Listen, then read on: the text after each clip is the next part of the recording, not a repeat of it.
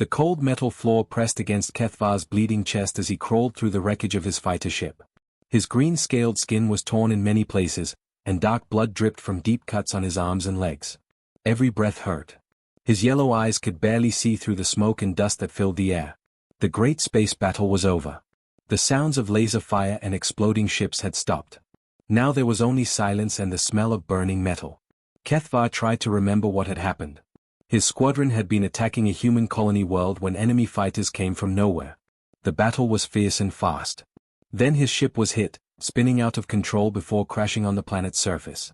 He looked up at the dark sky, hoping to see rescue ships from his people, the Reptini Empire. But the stars showed him nothing.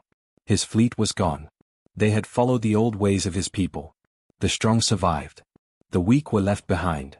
The wounded were abandoned to save resources for those who could still fight. Kethvar had served the Empire for 15 years.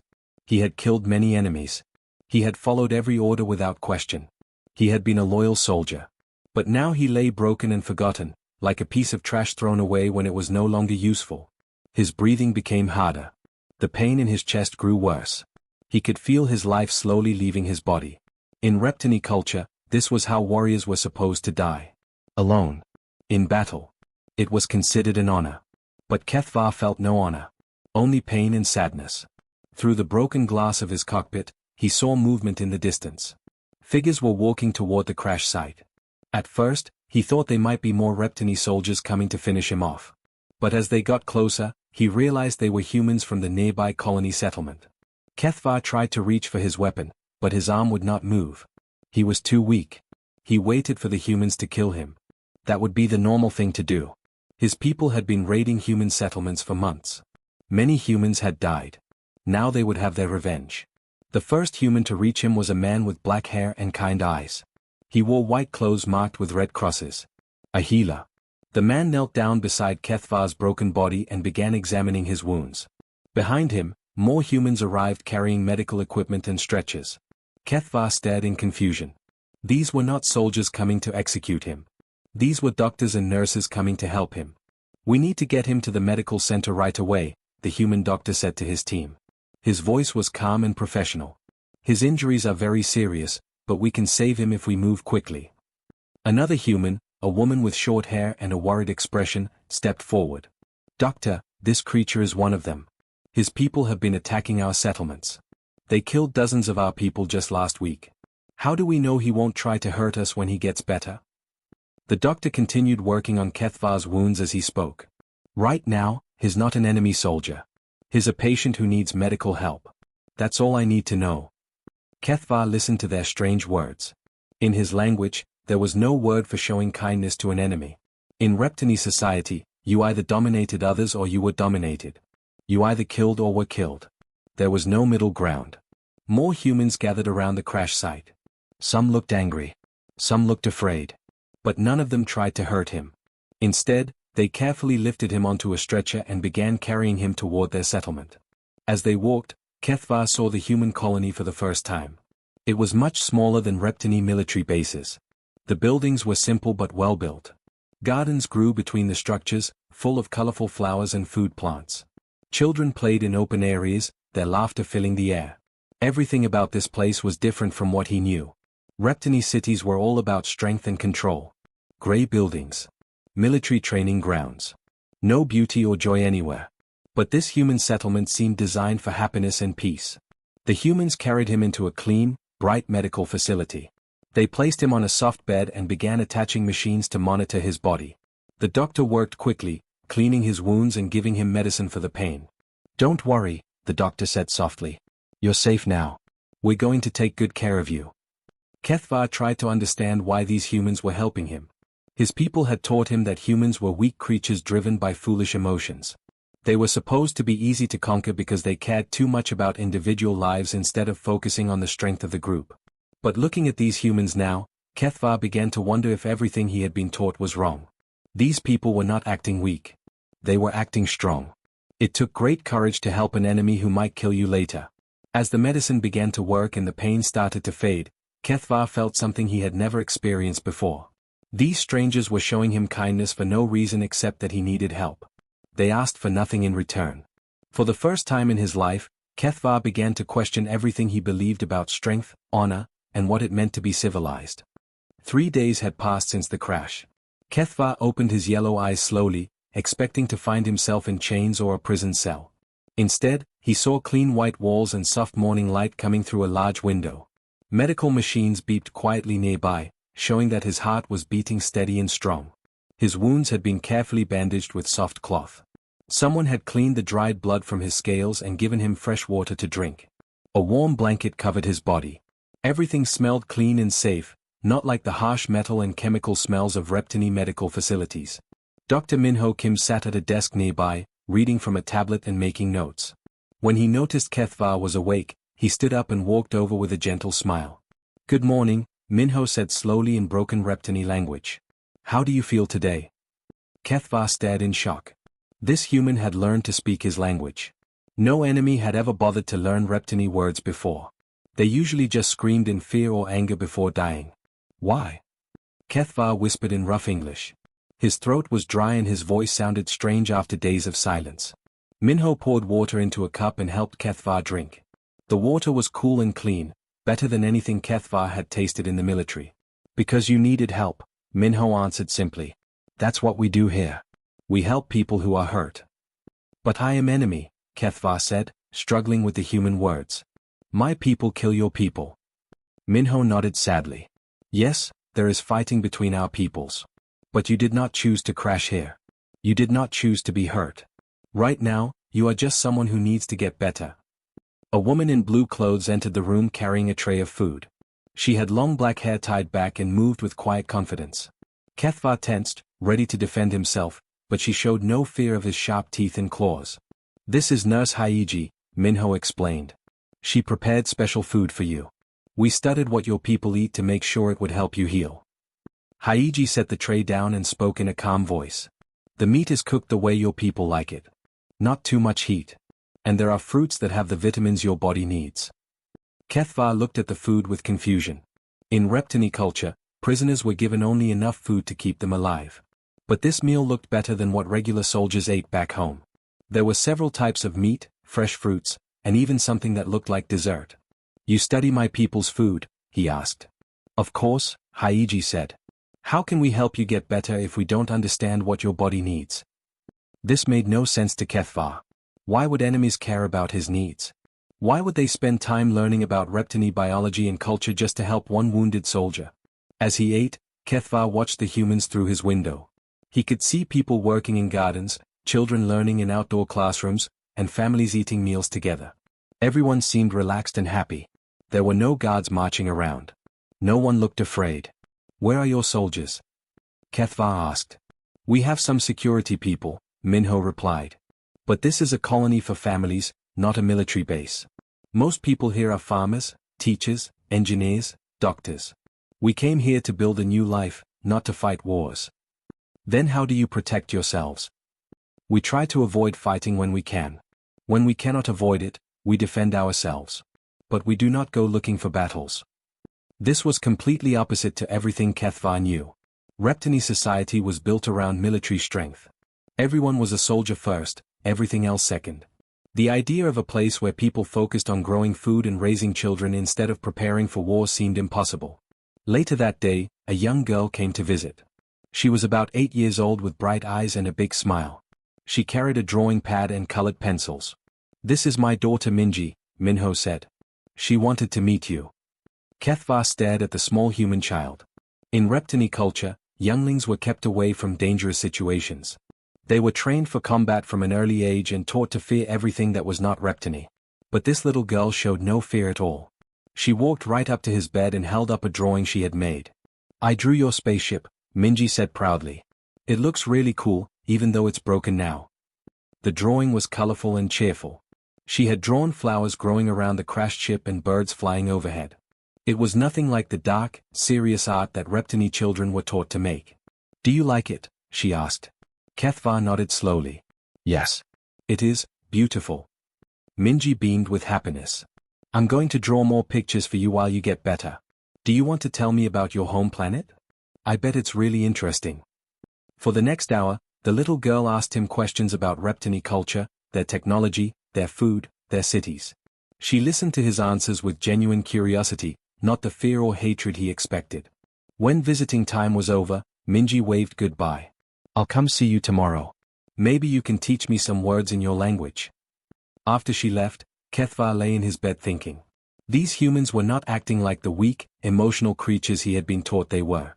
They were showing strength in a way he had never seen before. The strength to be kind to someone who could hurt them. The strength to care for an enemy without asking for anything in return. For the first time in his life, Kethva began to wonder what real strength actually meant. 2 weeks had passed since Kethva's crash. His wounds were healing well, and he could now sit up in bed and walk short distances with help. Every day brought new surprises about how different human society was from everything he had been taught. The medical facility had become his window into human life. He watched families visit sick relatives, bringing flowers and homemade food. He saw doctors working long hours to save patients, even when those patients could not pay for treatment. He observed nurses singing softly to frightened children and holding the hands of elderly people who were dying alone. In Reptini society, the sick and old were considered burdens. They were given basic care but no comfort or kindness. Resources were saved for the strong and useful. But these humans seemed to believe that everyone deserved gentle treatment, regardless of their value to society.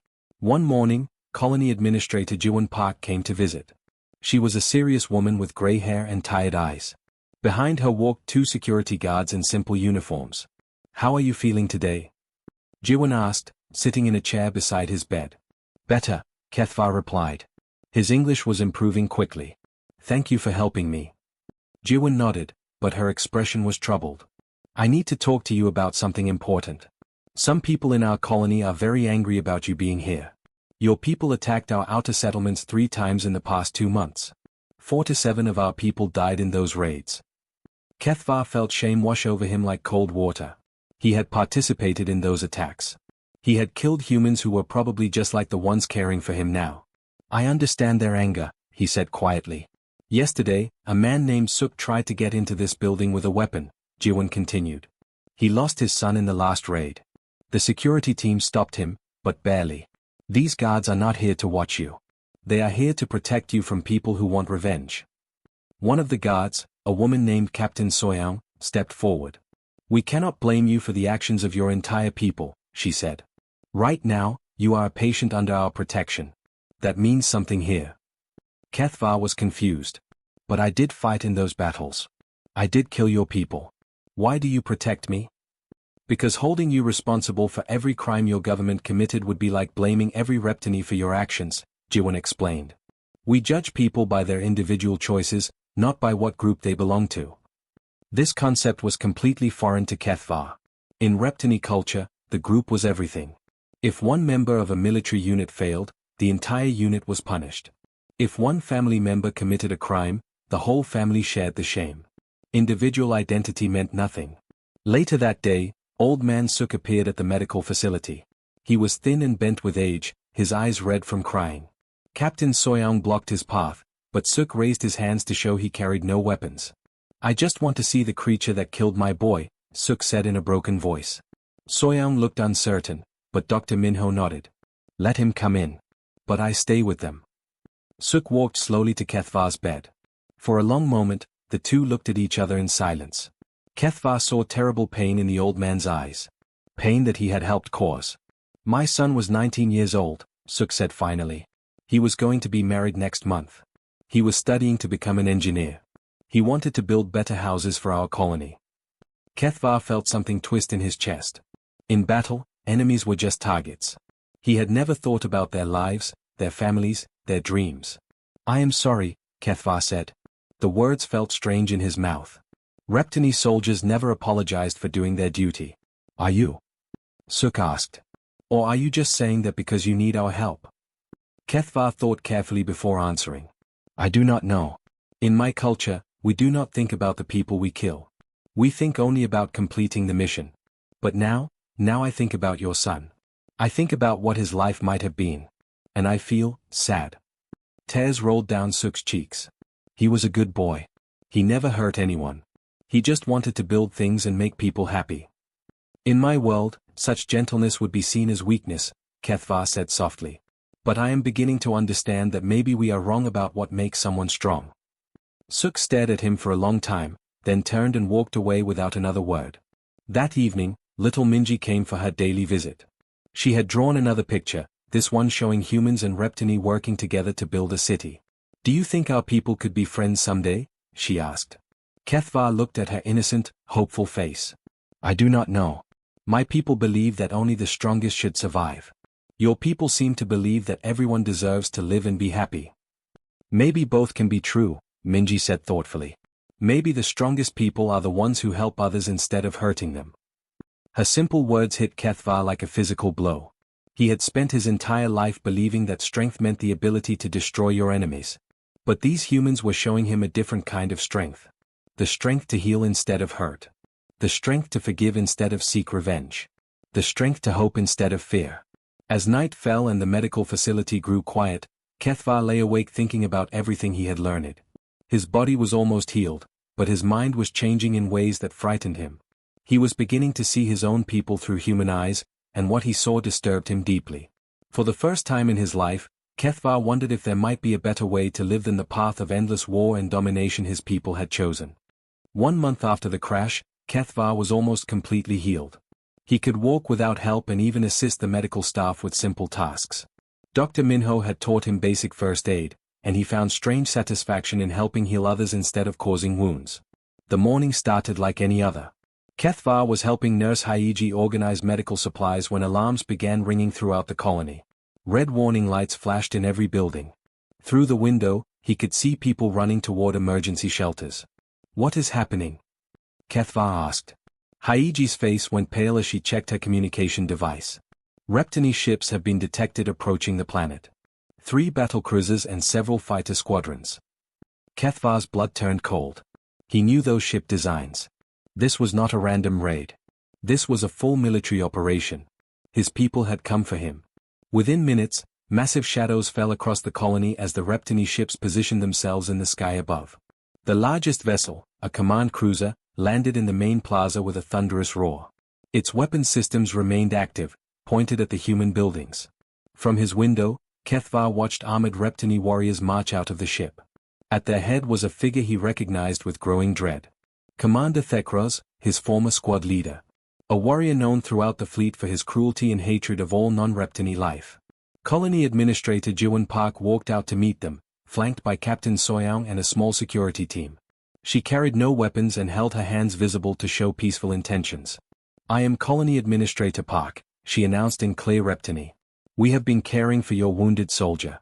He has recovered well and is ready to return home if that is what he chooses." Thekros removed his battle helmet, revealing the scarred face and cold yellow eyes that had haunted many battlefields. His voice carried across the plaza like the growl of a predator. "You will return our property immediately," he demanded. "Where is the traitor Kethvar?" Kethvar felt his heart sink. Thekros had called him a traitor. In Reptini law, there was only one punishment for treason: death. "We have prepared transport arrangements," Jiwon continued calmly. "We ask only that you allow our medical team to provide him with supplies for the journey." Thekros laughed, a harsh sound like breaking glass. "You think we came here to retrieve damaged goods? No. We came to clean up the mess he has made." The commander gestured to his warriors, who began setting up heavy weapons aimed at the colony buildings. "This soldier has been contaminated by your weakness. He has forgotten what it means to be Reptini. For this corruption, your entire settlement will burn." Kethvar watched in horror as humans began running from the plaza, carrying children and helping elderly people reach safety. These people had saved his life, cared for him, shown him kindness beyond anything he had ever known. Now they would die because he had accepted their help. Dr. Minho appeared beside him in the medical facility. "We need to get you to the transport pad," he said urgently. "If you leave with them now, maybe they will spare the colony." "No," Kethvar said, his voice firm. "Thekros has already decided. He will kill everyone here whether I cooperate or not. It is his way." Through the window, they could see Thekros speaking into his communication device. Moments later, the sky lit up with the first plasma bolts from the orbiting ships. The attacks began hitting the outer buildings of the colony. "Get to the shelters," Kethvar told Minho. "Take your family and hide." "What about you?" Kethvar looked at his clawed hands, then at the humans scrambling for safety outside. For 1 month, these people had treated him not as a monster or a weapon, but as a person worthy of care and respect. They had shown him what true strength looked like. "I know what I must do," he said. Kethvar walked out of the medical facility toward the plaza. Reptini warriors immediately surrounded him, their weapons pointed at his chest. Thekra stepped forward with a cruel smile. "There you are, my lost soldier," the commander sneered. "Look at you. Clean bandages, soft bed, gentle care. You have become weak like them." "I have become strong," Kethvar replied quietly. Thekros backhanded him across the face. "Strength is conquest. Strength is domination. These humans have made you forget who you are." "No," Kethvar said, wiping blood from his mouth. "They helped me remember who I could be." The plasma bombardment intensified. Buildings began to collapse as the orbital strikes found their targets. Kethvar could hear screams and explosions getting closer to the residential areas where families were hiding. "Enough of this," Thekros growled. "You will watch these weaklings burn, and perhaps that will remind you of your true nature." But Kethvar had made his choice. In one swift movement, he lunged forward and struck Thekros in the throat with his claws. As the commander gasped and fell, Kethvar grabbed the communication device from his belt. "All Reptini ships, this is Kethvar," he broadcast on the military frequency. "Cease fire immediately. I am transmitting the colony's shield generator codes and defensive positions to help target your weapons more effectively." The other warriors stared in shock as Kethvar spoke. But he was not helping his people aim better. Instead, he was sending the shield frequencies and defensive information directly to the human military network, allowing their systems to coordinate a proper defense. Within minutes, human defense ships appeared in the sky, their shields perfectly tuned to deflect Reptini weapons. The tide of battle had turned in an instant. Kethvar stood over his former commander's unconscious body, knowing he had just committed the ultimate betrayal in Reptini culture. But as he watched human and alien ships fighting in the sky above, he felt something he had never experienced before. He felt proud. The battle in the sky lasted only 2 hours. With Kethvar's help, the human defense forces knew exactly where to strike the Reptini ships. The attackers had expected an easy victory against a weak colony, but instead found themselves outmaneuvered and outgunned. One by one, the Reptini vessels retreated into deep space, leaving behind their unconscious commander and several damaged fighters. Kethvar sat in the colony's detention center, not as a prisoner, but in protective custody. Through the small window, he could see rescue teams pulling survivors from damaged buildings. The attack had killed 12 people and injured many more, but it could have been much worse. Dr. Minho visited him that evening, carrying a medical bag and looking tired from treating the wounded. "How are the injured?" Kethvar asked immediately. "Most will recover completely," Minho replied, sitting down across from him. "Thanks to your warning, we got most people to safety before the worst attacks hit." "But people still died because of me," Kethvar said, his voice heavy with guilt. "If I had never crashed here, Thekros would never have come." Minho shook his head. "You did not choose to crash. You did not choose for your commander to attack innocent people. You only chose how to respond when you saw what was happening. And you chose to save lives." 3 days later, Colony Administrator Jiwon came with unexpected news. "A Reptini diplomatic ship has arrived," she announced. "They want to discuss prisoner exchange. They are offering to trade 50 captured human soldiers for Commander Thekros." Kethvar felt his stomach drop. "And what about me?" "They have officially declared you a traitor to the Reptini Empire," Jiwon said sadly. "The penalty for your crimes is death. They will not negotiate for your return." "Then I will stay here," Kethvar said. "I will apply for asylum and help your colony rebuild." But even as he spoke, Kethvar knew this was not the right path. Hiding among humans would be safe, but it would not change anything. His people would continue their raids. More humans would die. More Reptini soldiers would be taught to see aliens as enemies to be destroyed. "No," he said finally. "I have a different idea." 2 weeks later, Kethvar stood before the Reptini High Council on the homeworld capital ship. He wore simple clothes instead of military armor, and his hands were bound with ceremonial chains that marked him as a traitor. The council chamber was filled with the most powerful Reptini leaders in the galaxy. General Vex Khan, Supreme War Chief of all fleets. Admiral Thekmor, Master of Orbital Bombardment. Dozens of other military commanders who had built their careers on conquest and domination. "Kethvar the traitor," General Vex Khan announced. "You stand accused of betraying military secrets to the enemy, causing the defeat of a Reptini battle group, and abandoning your duty as a soldier of the Empire. How do you answer these charges?" "Guilty," Kethvar said without hesitation. Murmurs of surprise rippled through the chamber. Most traitors try to defend themselves or beg for mercy. You admit to treason? Admiral Thekmore demanded. Yes. But I also bring evidence of something more important than military victory, Kethvar replied. I bring proof that our entire understanding of strength and honor is wrong. The chamber erupted in angry voices, but General Vexkhan raised his hand for silence. Explain yourself, traitor. Kethvar had prepared for this moment. From his bound hands, he produced a small recording device. The humans could have let me die in the wreckage of my ship, he began. Instead, they saved my life. They could have tortured me for military information. Instead, they healed my wounds and gave me comfortable shelter. They could have executed me in revenge for our attacks on their people. Instead, they protected me from their own citizens who wanted vengeance. He activated the recording device, which projected images from his time in the human colony. The council watched in silence as scenes played out. Dr. Minho performing surgery to save Kethvar's life, Nurse Haiji bringing him specially prepared food, Little Minji drawing pictures and asking friendly questions. This is weakness, General Vexkhan scoffed. Emotional foolishness that makes them easy to conquer. Is it? Kethvar challenged. Then why did their defense fleet defeat Commander Thekra so easily? Why did their small colony survive an attack from 3 battle cruisers? The recording continued, showing human families working together, scientists sharing knowledge freely, teachers patiently helping children learn. It showed Captain Soyoung protecting Kethvar from angry colonists, and Colony Administrator Jiwan offering peaceful prisoner exchange instead of demanding revenge. They are strong because they are united, Kethvar explained. They fight not for conquest, but for protection. They build not for military glory, but for the happiness of their people. They help their enemies not from weakness, but from a kind of courage we have never understood. Admiral Thekmore stood up angrily. You have been poisoned by alien thinking. True strength comes from domination. From making others fear you. Then why are we losing the war? Kethvar asked quietly. The chamber fell silent. It was true, though no one wanted to admit it. Despite superior technology and ruthless tactics, the Reptini Empire had been unable to defeat the human colonies. Every victory was temporary. Every conquered world eventually rebelled. The humans offered me asylum, Kethvar continued. They offered me safety and a new life.